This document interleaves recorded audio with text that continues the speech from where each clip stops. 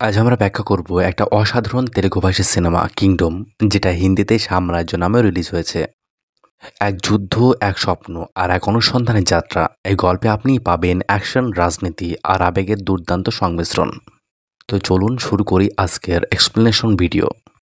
ফিল্মটা শুরু হয় 1920 সাল থেকে, যেখানে ব্রিটিশরা এক বিশেষ উপজাতির ওপর নৃশংসভাবে হত্যা করছে। কারণ তারা যেখানে বসবাস করত সেখানে সোনার খনি ছিল, জায়গায় তারা কোনোভাবেই ছাড়তে রাজি ছিল না। ওই গোষ্ঠী ইংরেজদের সঙ্গে সাহসের সাথে সামনাসামনি লড়াই করছিল। ইংরেজরা অনেক বেশি ছিল আর ওরা অনেক কম ছিল, তাই তারা জানতো যে এই যুদ্ধে তারা হেরে যাবে। তবু তারা লড়াই করছিল। লড়াইয়ের সময় তারা মহিলাদের আর বাচ্চাদের নিরাপদে রেখেছিল, যাতে তাদের কোনো ক্ষতি না হয়। আর কিছুক্ষণ পরেই ওখানে ওই গোষ্ঠীর নেতা আসে, যিনি খুবই শক্তিশালী। তিনি অনেক ইংরেজকে মারেন শেষ পর্যন্ত। গোষ্ঠীর লোকেরা এই যুদ্ধে হেরে যায়, কিন্তু হেরে যাওয়ার সময় রাজা তার মুকুটটা এক শিশুকে দিয়ে বলেন যে তাদের রক্ষাকর্তা অবশ্যই ফিরে আসবে। একটা ছেলে বলল, যখন ও আসবে আমি ওকে কি করে চিনব? তো দিলেন, যখন ও আসবে পুরো এলাকা একদম হইচই হয়ে যাবে, তোমাদের সবার চোখ শুধু ওর উপর থাকবে। এরপর রাজা সব মহিলাদের আর বাচ্চাদের একটা নৌকায় তুলে দূরে পাঠিয়ে দিলেন, আর তিনি সেখানেই থেকে গেলেন। দেখা যায় সেখানে একটা বাচ্চা মেয়ে অজ্ঞান হয়ে পড়েছিল। দুর্ভাগ্যবশত সেও যেতে পারল না। এরপর ইংরেজ বাহিনী এসে রাজাকে নির্মমভাবে মেরে ফেলে। তারপর গল্পটা চলে যায় 1990 সাল, অর্থাৎ 70 বছরে গিয়ে। সেখানে আমরা দেখতে পাই সুরি নামের একজন কনস্টেবলকে। সুরি দেখতে শান্ত, কিন্তু তার রাগ খুবই ভয়ঙ্কর। সুরি একজন সাহসী পুলিশ অফিসার। সে গ্রাম থেকে শহরে এসেছে তার বন্ধুর সঙ্গে দেখা করতে, যে এখন কমিশনার অফিসে কাজ করে। তবে তার শহরে আসার আসল উদ্দেশ্য একটাই, তার হারে যাওয়া ভাই শিবাকে খুঁজে পাওয়া। 18 বছর আগে তার জীবনে এক ভয়ঙ্কর ঘটনা ঘটে। সুরির বাবা প্রতিদিন মদ খেয়ে তার মাকে মারধর করত। একদিন সে অত্যাচার আর সহ্য করতে না পেরে সুরির ভাই শিবা নিজেই বাবাকে মেরে ফেলে। এরপর থেকে সে নিখোঁজ। তখন থেকে সুরি তার ভাইকে খুঁজে চলেছে। পরে এসে সুরি তার বন্ধু সাহায্যে কমিশনার অফিসে ঢোকে। সেখানে এক বৃদ্ধ লোকের সঙ্গে তার পরিচয় হয়। সে বৃদ্ধ লোক কান্না জড়িত গলায় জানায় পুলিশ তার নাতিকে ধরে এনেছে, কিন্তু তাকে দেখা করতে দিচ্ছে না। আর্টিস্টকে দেখিয়ে বলে ওর ভাইকে 18 বছর ধরে খুঁজে পাওয়া যাচ্ছে না। বড় অবস্থার ছবি কল্পনা করে রাখতে পারবেন? আর্টিস্ট বলে, ছবিটা টেবিলে রেখে দাও, আমি চেষ্টা করছি। এই কথাবার্তার পর সুরি আর তার বন্ধু বাইরে বেরিয়ে আসে। বেরিয়ে দেখে একজন ইন্সপেক্টর সেই বৃদ্ধ লোকটিকে রীতিমতো মারছে। সুরি অবাক হয়ে কারণ জানতে চায়। বন্ধু জানায় বৃদ্ধের নাতি এক সময় নকশাল দলের সঙ্গে যুক্ত ছিল।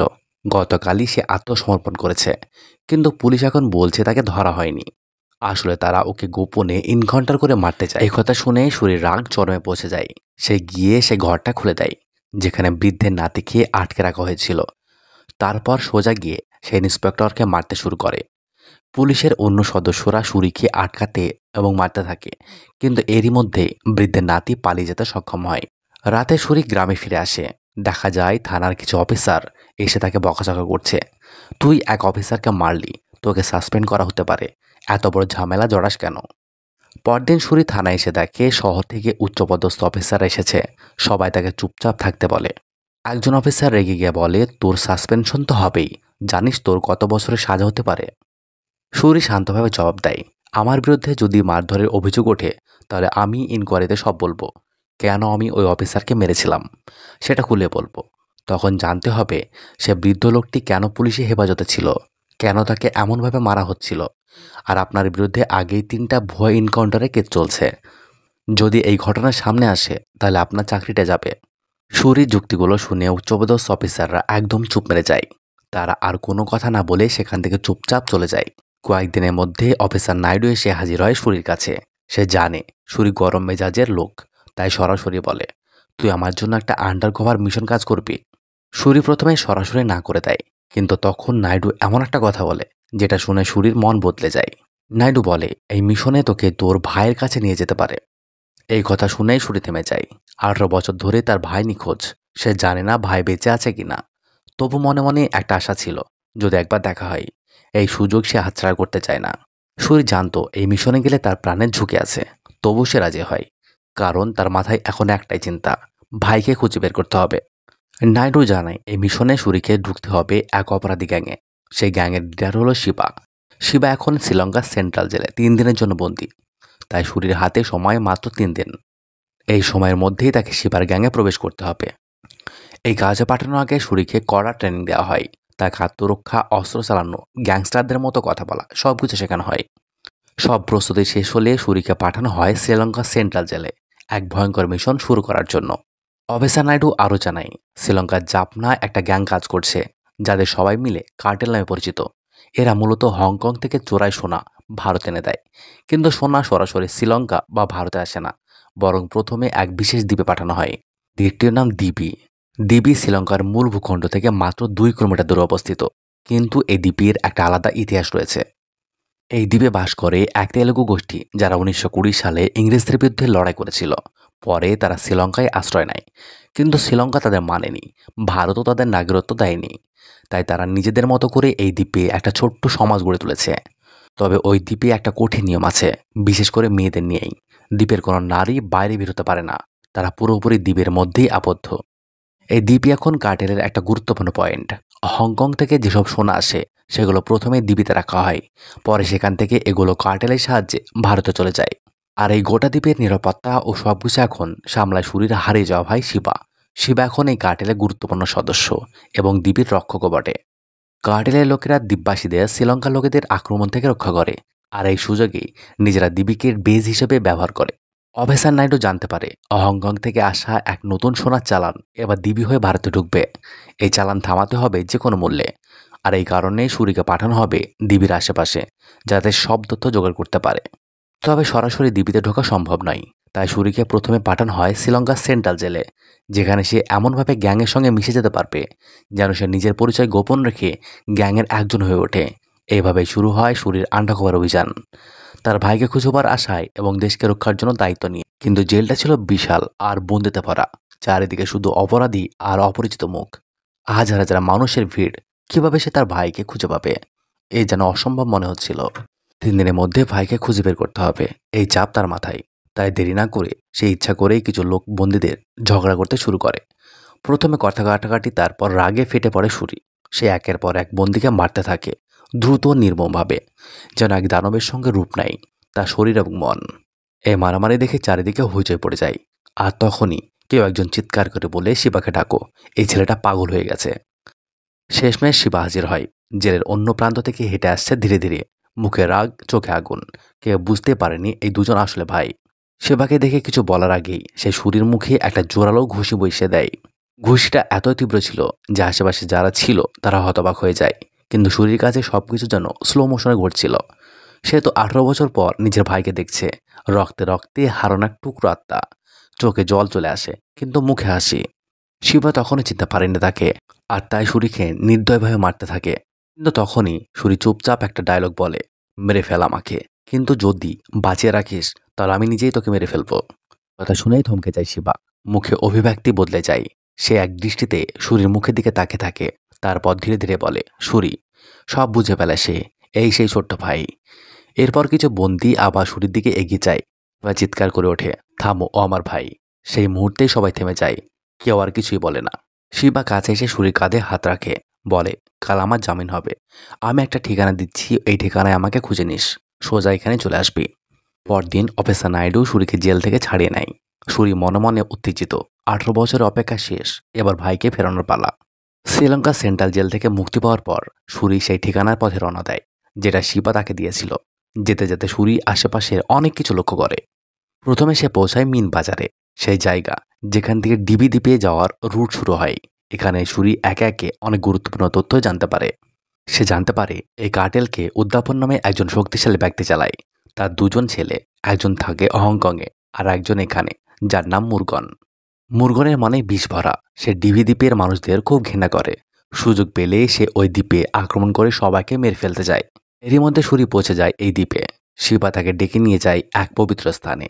সেখানে তার দেখা হয় বৈরাগী নামের এক বৃদ্ধের সঙ্গে, একজন সাধু স্বভাবের মানুষ, যাকে একসময় রাজা নিজ হাতে মুকুট দিয়ে বলেছিল মাসিয়া আসবে, আর তাকে তুমি চিনে রাখবে। ডিবির ভবিষ্যৎ নির্ভর করে এই বৃদ্ধের ওপর। এখানে সুরি জানতে পারে শিবা এখন বিয়ে করেছে, তার একটা ছেলে আছে, যার নাম সে রেখেছে সুরি। এই নাম শুনে সুরির চোখ ভিজে ওঠে, ভাই তো এখনো তাকে মনে রেখেছে। সেখানে সে আরও জানতে পারে শিবা যখন প্রথম ডিবিতে এসেছিল তখন রোজ তার ভাইকে মনে করে কাঁদত। এখন সে কাঁদে না, কিন্তু প্রতিদিন ভাইয়ের কথা ভাবে। এই আবেগঘন মুহূর্তে সূর্য একটা মিথ্যা কথা বলে। সে বলে তার মা 2 বছর আগে মারা গেছে। শিবা স্তব্ধ হয়ে যায়। সূর্যের চোখে তখন শুধু শূন্যতা আর ভালোবাসা। এরপর সূর্য যায় ডক্টর অনুর কাছে, যিনি আসলে একজন গোপন এজেন্ট। সূর্য যেসব তথ্য পাবে সেগুলো সে অনুর মাধ্যমে অফিসার নাইডুকে পৌঁছে দেবে। কিছুদিন পর শিবার কাছ থেকে সূর্য জানতে পারে এক সোনার পাচারের খবর। হংকং থেকে সোনা একটা জায়গায় রাখা হয়েছে, সেখান থেকে ভারতে পাঠানো হবে। এই তথ্য শুনে সূর্য দেরি না করে অনুকে সব জানিয়ে দেয়। অনুর সাথে সাথে অফিসার নাইডুকে ফোন করে অপারেশন চালাতে বলে। ওই জায়গায় সূর্য, শিবা এবং আরও অনেক লোক মিলে যায়, যেখান থেকে সোনা চালান বের করার কথা ছিল। কিন্তু ঠিক তখনই শ্রীলঙ্কার নৌবাহিনী হানা দেয়। আকাশ থেকে বুলেট বর্ষণ শুরু হয়। কার্টেলের লোকজন গোল্ড নিয়ে পালাতে পারল না। 1 বাক্স সোনা নৌবাহিনী ধরে ফেলে। এই ঘটনায় কার্টেল চরমভাবে হতবাক। তার অবাক হয়ে যায় এই খবর কিভাবে নেভি আগে জানলো। এর মানে দাঁড়ায় কার্টেলের মধ্যে কেউ একজন বিশ্বাসঘাতক, যিনি নেভিকে খবর দিয়েছিল। তাই কার্টেলের শিশুরা সিদ্ধান্ত নেয় 4 জন লোককে আটকে রাখবে, যাদের মধ্যে কেউ হয়তো গদ্দার। তারা বলে, যতক্ষণ না বিশ্বাসঘাতককে খুঁজে পাওয়া যায় ততক্ষণ এই 4 জন আমাদের হেফাজতে থাকবে।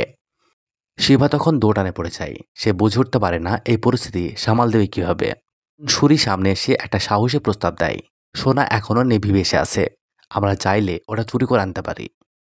এই প্রস্তাবে কার্টেল চমকে ওঠে, কিন্তু আশাবাদী হয়ে যায়। তারা বলে, যদি সত্যি এটা করা যায় তাহলে আটকানো 4 জনকে ছেড়ে দেওয়া হবে। কিন্তু সূরি আরেকটা দাবি ছিল। দ্বীপে সম্প্রতি এক মহিলা একটা ছেলে সন্তানের জন্ম দিয়েছেন। ওই শিশুকে চিকিৎসার জন্য মূল ভূখণ্ডে নিয়ে যাওয়া হয়েছিল, কারণ দ্বীপ থেকে শুধু পুরুষরাই বাইরে যেতে পারে। সূরি চায় মায়ের সঙ্গে সন্তানকে দেখা করানোর ব্যবস্থা করা হোক। এটাই হবে প্রথমবার যখন একজন দ্বীপের মেয়ে দ্বীপের বাইরে যাবে। এই প্রস্তাবে সবাই সম্মতি দেয়, কিন্তু মুরগনের ভিতরে রাগ আর হিংসা তখন ফুটছে। সূরি আর শিবা মিলে একটা ছোট্ট টিম গঠন করে। তারা শ্রীলঙ্কার নেভি বেসে নজর রাখতে শুরু করে। কখনো কোথা থেকে কিভাবে অফিসাররা যাতায়াত করে, কোন রুটে সোনা আনা নেওয়া হয়, সব খুঁটিনাটি তথ্য জোগাড় করে। পরিকল্পনা ছিল যখন নেভি বেস থেকে সোনা বের করা হবে তখনই তারা হামলা চালাবে আর সোনা নিয়ে পালাবে। কিন্তু এই মিশনের জন্য সূর্য নিজের ছদ্মবেশ পাল্টে নেভি অফিসারের বেশ ধারণ করে। এতে কেউ তাকে চিনতে পারে না। সবকিছু ঠিকঠাক মতো এগোতে থাকে, ঠিক যেমন প্ল্যান করা হয়েছিল। তারা সাবলের সঙ্গে সোনা চুরি করতে পারে। কিন্তু তখনই একটা অপ্রত্যাশিত বিপদ এসে পড়ে। রাস্তায় হঠাৎ একটা নতুন চেক পয়েন্ট বসানো হয়েছে। এখানে আগে কখনোই চেকিং হতো না। এই চেক পয়েন্ট আজই বসানো হয়েছে, আর তারা ঠিক ওই দিকে যাচ্ছে। এই অবস্থায় শিবা ট্রাক থামায় এবং তার টিমের সব লোকেদের নেমে যেতে বলে। প্ল্যান ছিল সূর্য আর সে দুজনেই কোনোভাবে পালিয়ে যাবে। সূর্য শিবাকে ছেড়ে যেতে চায় না। সে জোর দিয়ে বলে, আমরা একসাথে এসেছি, একসাথে যাব। আমি যে কোনো পরিস্থিতিতে চেক পয়েন্ট পার করব। তখন সূর্য ট্রাক চালিয়ে ফুল স্পিডে চেক পয়েন্টের দিকে এগিয়ে যায়। ঠিক তখনই শ্রীলঙ্কার আর্মি গুলি ছুড়ে দেয়। চারপাশে গোলাগুলি, আতঙ্ক। মনে হচ্ছিল এখান থেকে বেঁচে ফেরা অসম্ভব। এ অবস্থায় সূর্য একদম গাড়ি থামিয়ে নেমে আসে। সে অফিসার নাইডুর দেওয়া নম্বরে ফোন করে এবং বলে হোয়াইট স্যান্ড ছিল গোপন কিওয়ার্ড।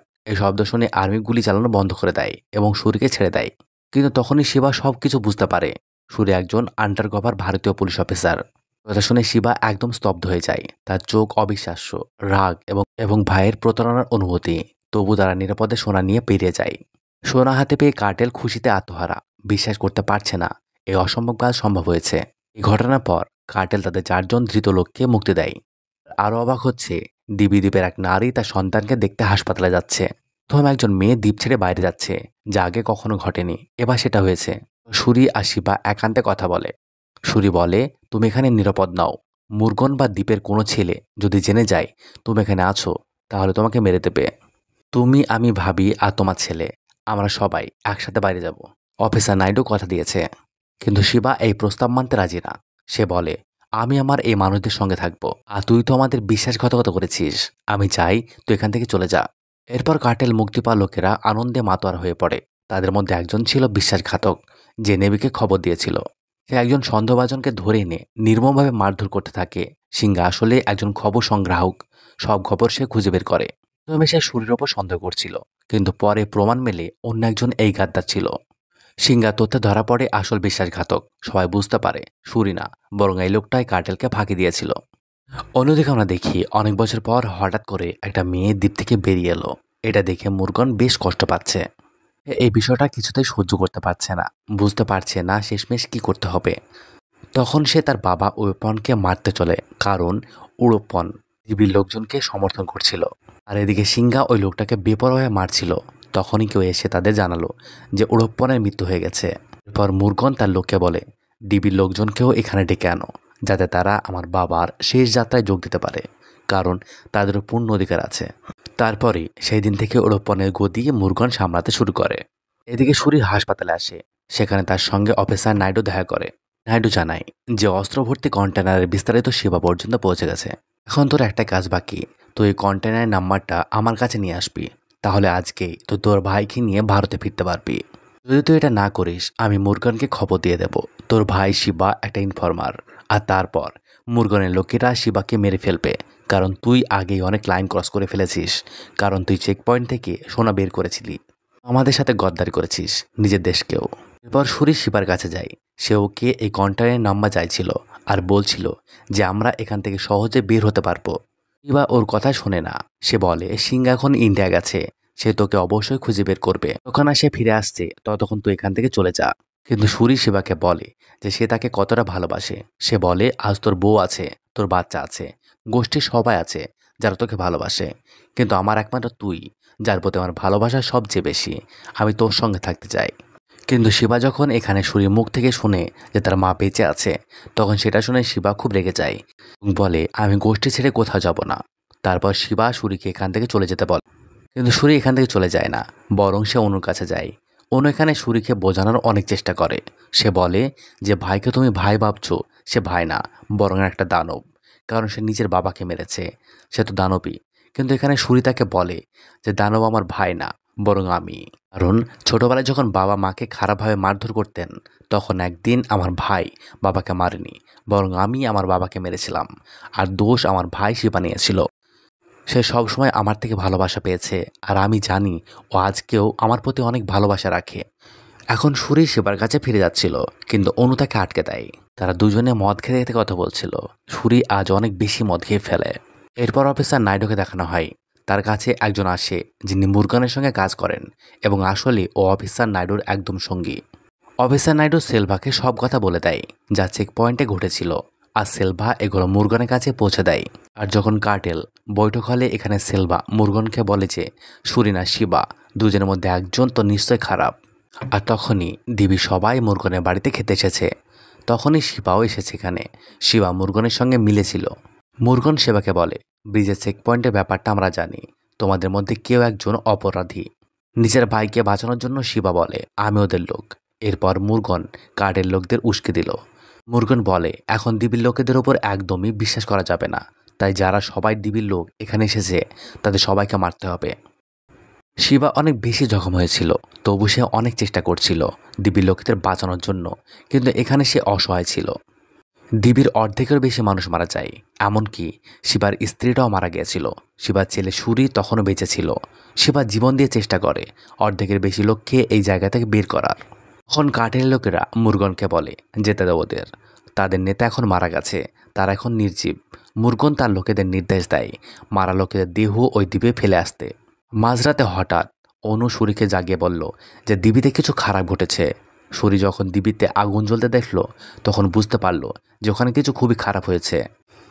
সে তাড়াতাড়ি দ্বীপের দিকে ছুটে গেল, আর ওখানে পৌঁছে মৃতদেহের ডালান দেখল, আর সেখানে শিবার মৃতদেহ দেখতে পেল। এটা দেখে সুরি পুরোপুরি ভেঙে পড়েছিল। সে বুঝতে পারছে না এখন কি করবে। যার প্রতি সে সবচেয়ে বেশি ভালোবাসা পেত, সে মানুষটা আর এই পৃথিবীতে নেই। এখন সুরির ভিতরে একটা আগ্নেয়গিরি ফেটে গিয়েছিল, এবং এখানে সুরি 1920 সাল থেকে দাঁড়ানো একটা নৌকাকে দড়ি দিয়ে টানতে শুরু করে, যেটা বৈরাগী প্রতিদিন ওই নৌকাটা মেরামত করত। সুরি একাই এই নৌকাটাকে টানছিল। সুরির পিঠে একটা নকশা আঁকা দেখে বৈরাগী বুঝতে পারলো এটাই তাদের নেতা, কারণ সবার চোখ শুধু সুরির দিকে ছিল। এরপর এখানকার সবাই সুরির পাশে দাঁড়ায়, নৌকাটা জলে নামাতে সাহায্য করে। এরপর তারা পৌঁছে যায় মুরগনের ঘাটিতে। মুরগনের লোকেদের সে একই নিষ্ঠুরভাবে মারছিল যেভাবে মুরগন দিবি লোকেদের মারছিল। যদিও মুরগনের লোক অনেক বেশি আর শরীর সঙ্গীদের সংখ্যা খুব কম, তবু তারা ভয় পায়নি। সরাসরি মুরগনের দুর্গে ঢুকে তাদের লোকেদের খারাপভাবে মারল। মুরগনের গ্যাংয়ে একজন গুপ্তচর ছিল, সুরি তাকেও মেরে দেয়। আর শেষে সুরির মুখোমুখি হলো মুরগনের সাথে, আর সে তাকে খুব নির্ভয়ে মারল। এরপর বৈরাগী জানতে পারে যে 70 বছর ধরে যে মসিহার জন্য তারা অপেক্ষা করছিল সে আর কেউ নয়, সুরি। বৈরাগী বলছিল এখানে বলা হচ্ছে যে সুরি আসেনি, বরং তাকে বড় কাজের জন্য এখানে আনা হয়েছে। দেখা যায় 1920 সালে যে বাচ্চা মেয়েটি নৌকাতে উঠতে পারছিল না, সে বড় হয়ে তাদের রাজাকে খুঁজে বেড়াচ্ছিল। যখন সে মৃত্যুসজ্জায় পৌঁছায়, হঠাৎ সুরি তার কাছে আসে। আর সে সুরির মধ্যে এমন কিছু দেখেছিল যার কারণে সে সুরির পিঠে নকশাটা এঁকেছিল। রাজা বৈরাগীকে মুকুট দিয়েছিল, সেটা বৈরাগী এখন সুরির মাথায় পরিয়ে দেয়, যা তার ভাগ্যে লেখা থাকে।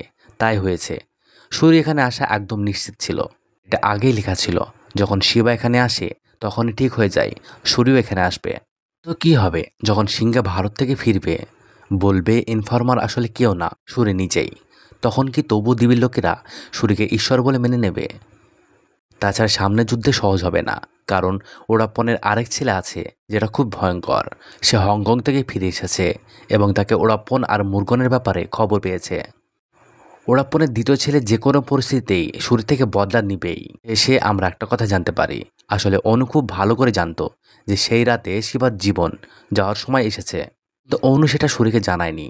এখন যদি অনু সুরিকে বলে যে ওই রাতে যা ঘটেছিল জানতো, তাহলে সুরিও অনুকে মারবে। এই ছিল আজকের ভিডিও। সময় দিয়ে দেখার জন্য আপনাকে ধন্যবাদ। নতুন নতুন সিনেমা ও সিরিজ এক্সপ্লেন, রিভিউ এবং মুভি সাজেশন পেতে আমাদের চ্যানেলটি সাবস্ক্রাইব করুন। আগামী ভিডিওতে আবার দেখা হবে। ভালো থাকুন, সিনেমা দেখুন।